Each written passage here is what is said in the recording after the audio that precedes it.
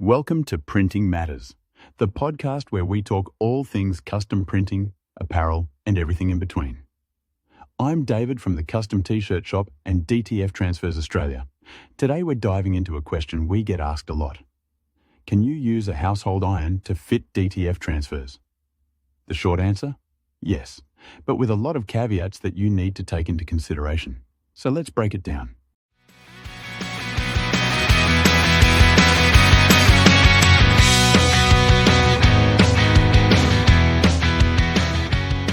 So here's the thing. If you're just getting into DTF printing, or you're ordering custom transfers and don't yet own a heat press, it's totally natural to look at what you can do with what you have at home.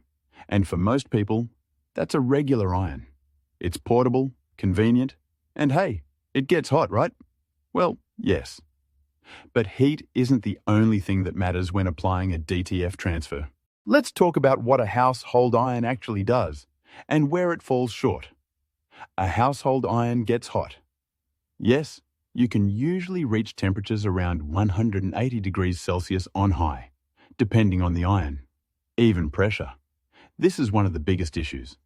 An iron only applies pressure to a small area at a time, and even then, its pressure will be inconsistent, especially over seams or textured areas on garments. Consistent temperature control. With a household iron, the heat will fluctuate while you're using it. And with DTF transfers, that consistency in the applied heat is crucial to the melting of the adhesive. Get it just right, no problems. Over or underdo it, and there can be problems. Household irons have a small pressing area. You'll need to press small sections at a time, and that opens the door to misaligned sections, ghosting, or incomplete bonding. And yes, you can fit a DTF transfer that will look okay, but the longevity of the print will be the biggest problem, and sometimes the print will come off in the first wash. So yes, you can technically get a DTF transfer to stick using an iron, but it's a bit like cooking a pizza on a campfire. It might work, but it's not going to give you the best results. Now, I'm not here to say, don't even try it. I understand we all start somewhere. So if you're absolutely going to use a household iron, here's a few things I recommend. Order DTF transfers made with low-temp adhesive. These are the easiest to fit, so they will have the best chance to work with a household iron. Use a hard, flat surface to fit the transfers, not an ironing board. An ironing board is too soft. A benchtop or solid table with a towel will work better. Use the max heat setting, no steam, as DTF transfers need a dry, high heat. Protect the transfer with baking paper. You don't want direct contact between the iron and film, so place a piece of baking paper over the film. Press in sections firmly.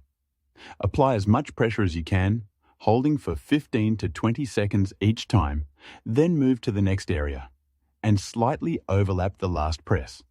Do a finishing press. After peeling the film, cover it again with baking paper and give it another 10 to 15 seconds of firm pressure all over. Always do a test wash. Wash test one of your prints before making more. Irons are hit and miss. Some transfers may look fine at first, but peel after a few washes. Here's the honest truth.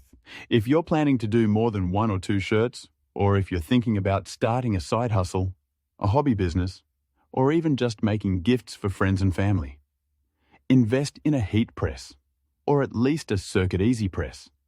A Circuit Easy Press is affordable and easier to use than a household iron. But if you can afford it, buying a clamshell heat press will give you a much better outcome. If you use a heat press, your designs will last longer, your time per shirt will drop, and your confidence in your end result will go up. So yes, you can use a household iron to fit DTF transfers. Technically, but it's not reliable and the results will vary. For hobbyists wanting to trying it once or twice, sure. But if you're serious about quality or planning to do this often, get yourself a heat press. It's worth every cent. You will see that we say clearly on our products that they are not iron-on transfers. And this is because you just cannot get the quality control you need to successfully fit DTF transfers using a household iron. And yes, we have had people complain that the transfer did not fit properly. And when we ask for a video of the process they have used to fit the transfer, they are ironing the transfer like you would iron a shirt. If you're not sure what kind of heat press to get, check out our earlier episode on buying the right heat press, or feel free to reach out to us at DTF Transfers Australia. We're happy to help. Thanks for tuning in to Printing Matters. Don't forget to like, subscribe, and share the episode, and keep pressing those teeth. Until next time, this is David, signing off for now.